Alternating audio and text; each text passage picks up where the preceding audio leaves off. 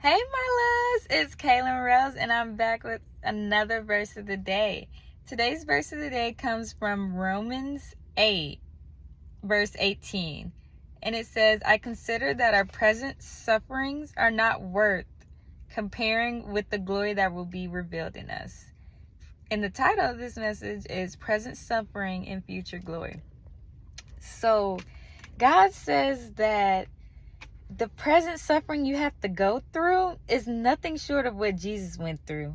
The suffering of betrayal, the suffering of being mocked, laughed at, the suffering of loneliness, the suffering of grief, even death to yourself. Like most people that are trying to elevate, they have to die to pride. That's dying to yourself. You can no longer have pride with anything. That means like going up to people, talking to people. You don't have time to be shy. You have to die to yourself. You have to die. Just like Jesus had to die to save us, we have to die to everything that once made us comfortable. That's the only way to get your future glory. So I also relate this to story time. So I relate this to when I was heavily on my gaining weight journey, working out.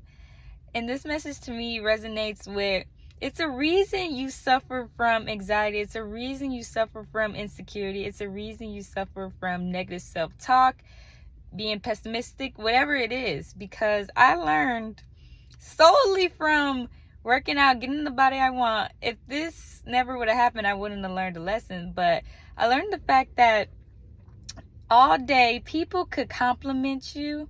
They can tell you how beautiful you are. They can tell you your body looks good. They can tell you how funny you are. But unless you believe that about yourself, unless you tell yourself that, unless you compliment yourself, then it's all meaningless. Let me tell you something, how when I was gaining weight, people were being like, ooh, like slim, thick, or saying whatever, like saying like I really look like something. But in my head, I kept calling myself skinny. I still seen that same skinny figure that I was when I first started. And when I lost all the weight, I was able to see like, wow, I see what everyone was saying. Like I really had gained the weight. But while I had the weight, I didn't appreciate it. I just thought I was still skinny. Like, I don't know what they're talking about. It can't be, I need more. But it's like, if you don't appreciate the weight you have, you will never see it. I would have kept trying to gain weight and I still would have felt like I wasn't getting results, but I really had the results. But you see, what we feed ourselves is what we believe. So if I didn't lose all that weight from fasting, I wouldn't have been able to realize like, wow, you really did begin to gain and reach certain goals, but you don't realize what you have until it's gone. So I say this to say that your self-internal talk is the most important thing to conquer. That suffering of how you talk to yourself, it could later on give you glory, because if I didn't suffer from feeding myself negative thoughts, I wouldn't have found the courage to get this weight back on my own, try it again, and this time appreciate my weight, even if I'm back to where I started. Like I still will be able to find myself attractive because I learned the lesson. See, a lot of times we'll miss the lesson in our suffering. And we can't be doing that, because this is how you get the glory. Now that I know what I'm capable of, I could get the glory this time and truly appreciate it and walk with confidence, because I feel like the confidence was halfway there, because I didn't see myself how others see me. So it's important to see yourself first. It doesn't matter about that's why I do love the phrase, no one's opinion matters but yourself. Your first opinion of yourself is the one that you have to sleep with at night. You're the one who has to look in the mirror. So if you call yourself fat, when you look in the mirror, that's just how you're always going to feel, no matter who tells you your body's beautiful. You will never agree with that. You're not in agreement with people. So all these empty compliments, if you don't feel like that about yourself, you don't feel pretty without makeup, if you don't feel pretty just because of who you are on the inside, that's what you're going to project. And you're not going to believe people when they tell you you're a star or when they believe in you.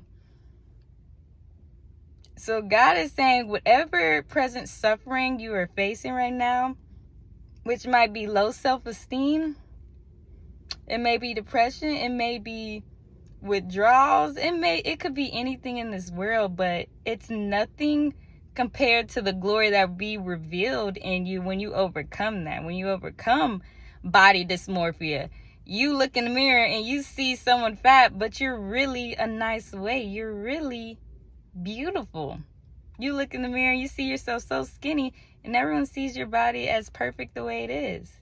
So this message just ties into two things. It's just like, see your suffering as a reason for glory to break through. Have your biggest breakthrough. Whatever you feel like you should change about yourself, first accept yourself as you are. Love yourself, and then get to changing. Get to doing the work, doing the inner or outer work. Don't just talk about yourself, because even while I was working out, I kept talking. I don't see him, still skinny, scrawny, skinny. That doesn't do anything. While you were skinny, encourage yourself and still be like, wow, my body still looks beautiful in this state it is. And that really goes a long way. I didn't think that was serious, but that's a serious thing to do. Do not compare yourself, or do not compare how you want your body to be to what it looks like right now. What it looks like right now is still gorgeous. It's still a baddie. It's still what you are right now. You're still beautiful on the inside, but you just got work to do. That's all you have to tell yourself. It's nothing compared to who you're going to be, but accept yourself and meet yourself where you're at, and love yourself where you're at. So self-love is just so important, and it's bigger than your issues and your problems. It's bigger than your pain. Whatever you see yourself as, you could get to that next level, but first you got to accept the level that you're at. We can't keep striving and never take time to appreciate what we've accomplished. That's the society we live in, where we just focused on the next. We never appreciate the now. Sometimes you got to slow down and appreciate where you're at. Even if you know where you're going to get it, you're going to get to that next level. Appreciate that you